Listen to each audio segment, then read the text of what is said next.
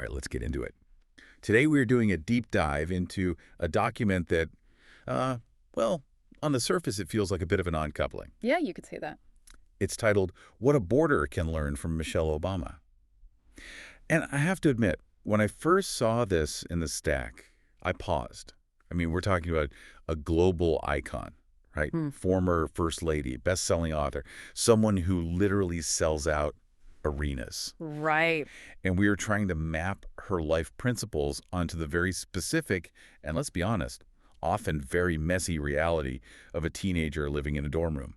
It does sound like a massive stretch, doesn't it? It really does. You usually associate Michelle Obama with the White House or, high-stakes diplomacy on the world stage. You definitely don't associate her with fighting over who left their wet towels on the floor or navigating the stress of evening prep time. It feels like two completely different universes. Exactly. But once you actually read through this source material, the connection isn't just there. It's actually surprisingly practical. Very practical. This isn't a biography. It reads much more like a translation guide. Yeah. It takes these massive high-level principles that Obama is famous for, things like finding your voice or lifting others up, and it scales them all the way down to the micro interactions of boarding life. And that is exactly the mission of this deep dive. We aren't here to discuss politics. We aren't here to discuss her husband's presidency. Right, none of that. We're here to extract the operating system, if you will, Yeah. because the source material argues that the skills you need to survive and thrive on the world stage are, fundamentally, the exact same skills you need to navigate a dormitory hallway. It is all about character architecture. Character architecture. I really like that phrase.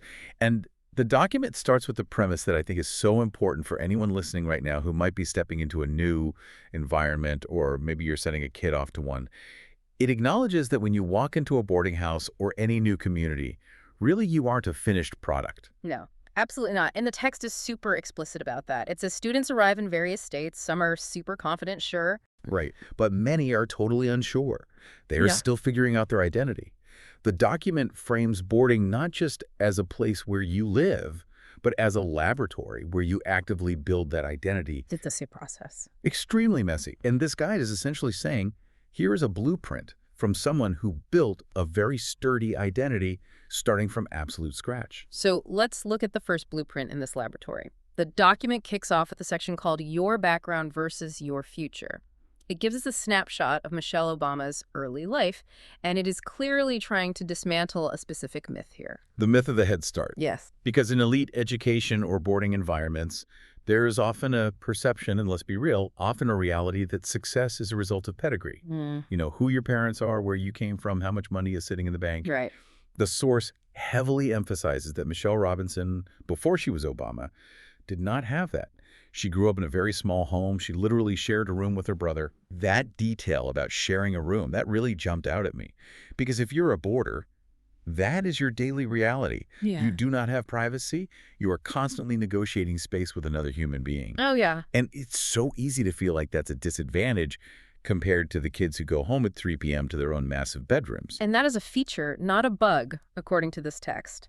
It points out that her lack of personal space and her humble beginnings didn't stunt her at all, they grounded her. But here's the key insight from this section. The text explicitly states what made the difference was not her starting point. Okay. It lists this trifecta of internal drivers that actually mattered. Let's break those down. Because usually when people say work hard, it goes in one ear and out the other. Yeah. What is this specific trifecta? It lists her work ethic, her belief in herself, and her willingness to aim high. Okay. The argument here is entirely about locus of control.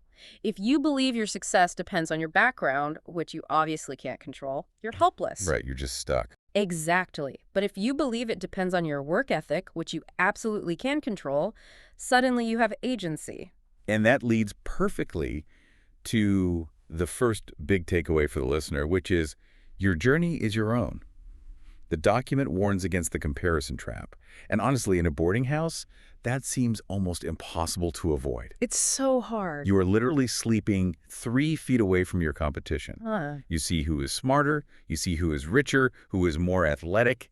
It is right in your face 24/7. That's true. The proximity makes the comparison incredibly visceral. But the source argues that you just have to put blinders on. It says you are not limited by comparison with others. Mm-hmm. It's trying to shift the student from a performance mindset where I have to beat my roommate to a growth mindset where I just have to be better than I was yesterday. Right. If you spend your time looking sideways at what everyone else has, you simply aren't moving forward. So step one is realizing your background doesn't define you. Your effort does.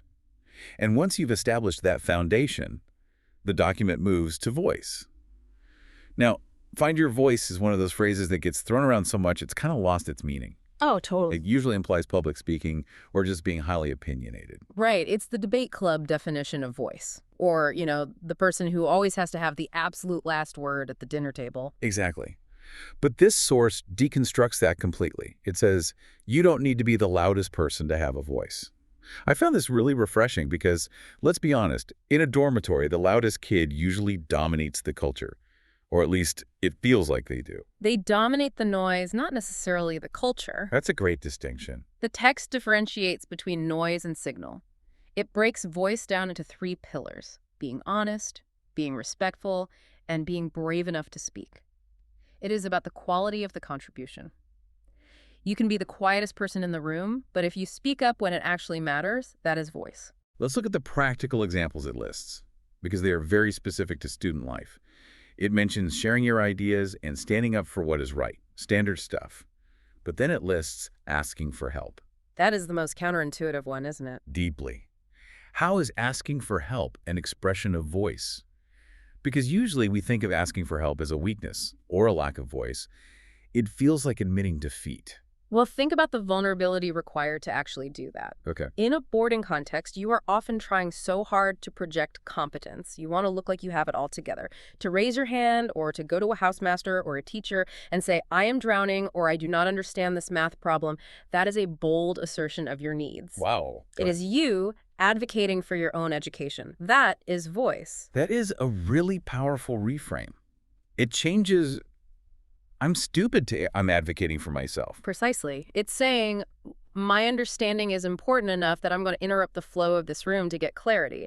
And the other interesting addition to the list is encouraging others. The document argues that using your voice to amplify someone else, like giving a genuine compliment or boosting a friend who is down, that is a leadership act. So you don't need a badge to be a leader. You don't need to be a prefect or a head of house. Not at all. The text says, contributing to student leadership isn't about the title. It is about these daily micro acts. If you are honest, respectful, and you encourage others, you are shaping the environment. That is leadership. If you see bullying and you step in and say, hey, cut it out, that is a massive use of voice, far more than giving some polished speech at a school assembly. Moving on to the third section, we hit a concept that I think is probably the most difficult to balance. The document calls it the balance between warmth and standards. This is the tough love section. It really is. It notes that Michelle Obama is known for being incredibly warm and relatable, but also for having incredibly high standards. And I think a lot of people see those as complete opposites. They do. If you have high standards, you're the strict teacher nobody likes. Oh. If you're warm, you're the pushover who lets everyone get away with murder. But the deep dive here is that they are mutually reinforcing. You can't actually be truly helpful to people if you don't have standards. The document defines high standards in a way that I really didn't expect, though. How so? It doesn't mention grades anywhere in this section. It doesn't mention winning awards or getting into Harvard or Oxford. No, you're right. The list is remarkably mundane. It says high standards look like being ready for the day, using prep time properly, treating people with respect, and my personal favorite, taking pride in your environment. It sounds like a chore list, doesn't it? Clean your room, do your homework. It does. So how is cleaning your room a high-level character trait? I can practically hear every teenager listening rolling their eyes right now. Like, my room is my business. It's because of why you do it. The source says high standards are not about pressure. It's not about fearing punishment from a matron or a parent. It says standards are about saying, I respect myself and my community. That's the key shift right there. It's Yeah. internal versus external again. Exactly. Think about the signal you send to yourself when your room is an absolute disaster zone. You are subconsciously telling yourself, my environment doesn't matter, therefore I don't matter.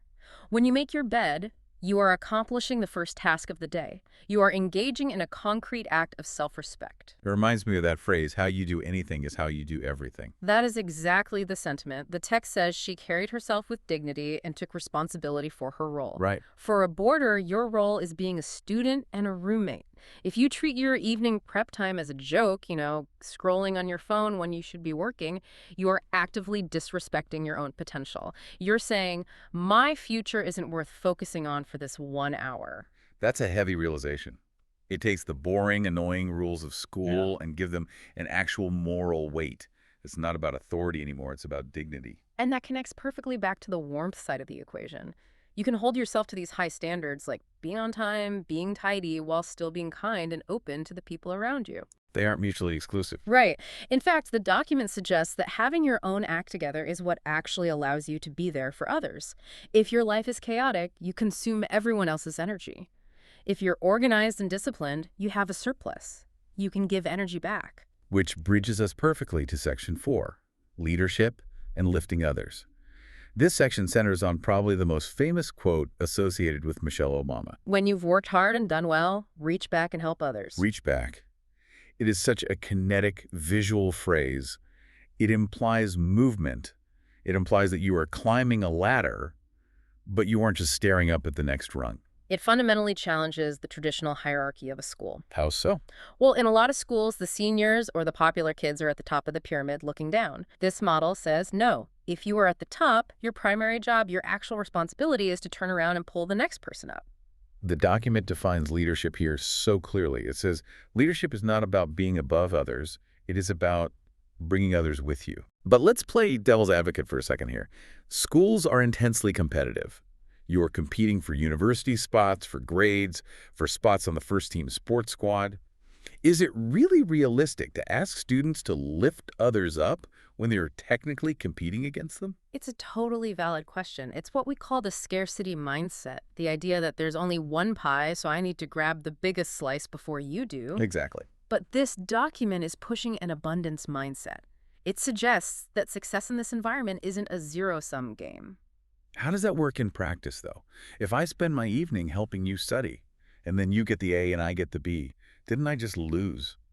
Well, look at the actionable advice the text actually gives. It says, sharing your knowledge. If I understand chemistry and you don't, and I take the time to teach you, I'm not losing my competitive edge. I am actually reinforcing my own knowledge by teaching it. Any teacher listening will tell you that. That's true. Plus, I'm building a network. The text emphasizes celebrating other success. If your roommate wins, the room wins. The morale of the whole space goes up. A rising tide lifts all boats. So it's actively trying to break that toxic competitiveness where you secretly hope your friends fail so you look better on a curve? Exactly, because that kind of culture is exhausting. Yeah. Living in a house where everyone is clutching their study notes to their chest and side-eyeing each other is miserable. A culture where we reach back creates a safety net for everyone. It makes the boarding house a home rather than just a cold dormitory. Okay, so we've got the work ethic, the voice, the standards, and the lifting of others. But there's a ghost in the machine that the document addresses in Section 5. Yes. Because even if you do all those things, you make your bed, you help your friends, you study hard, you can still feel like a total fraud. The imposter syndrome section. You belong in every room you walk into. It lists the feelings that boarders, and let's be real, adults, CEOs, so literally everyone struggles with. Feeling not good enough, not confident enough, not as capable as others. It is genuinely reassuring that the document notes someone as accomplished as Michelle Obama felt this herself. It validates the feeling completely. It says, you are not alone in this. But it doesn't just pat you on the back and say, feel better. It gives a specific strategy. It quotes her internal mantra for walking into new spaces. I deserve to be here. I have something to offer. I have something to offer. That circles right back to the voice section, doesn't it? It really does. If you believe you have something to offer, whether that's a unique perspective, a joke to break the tension, or just a helping hand, then you have a right to occupy space. But the really interesting part here is how the document says you build that confidence. Right, because you can't just wake up, look in the mirror, say, I'm confident, and have it Well, magically be true. No, it's not magic. It says confidence is built through trying, speaking, leading, and growing. Notice what word is completely missing from that list. Succeeding is not there. Winning is not there. Being perfect isn't there. The document is arguing that confidence comes entirely from the process, not the outcome. You build confidence by trying out for the school play, even if you don't get the lead. You build it by speaking up in class, even if your voice shakes. That is such a crucial distinction. We so Yeah. often think, I'll be confident once I get straight A's or once I make the team. This suggests you get confident by doing the messy work that leads to those things. Confidence is a muscle. You have to exercise it. You don't walk into the gym and lift the heaviest weight on day one. You do the reps. And the Why This Matters section ties this individual confidence directly back to the community. It says, a strong culture is built on students who believe in themselves. It lists the outcomes of that culture. Confidence, respect, belonging, and aspiration.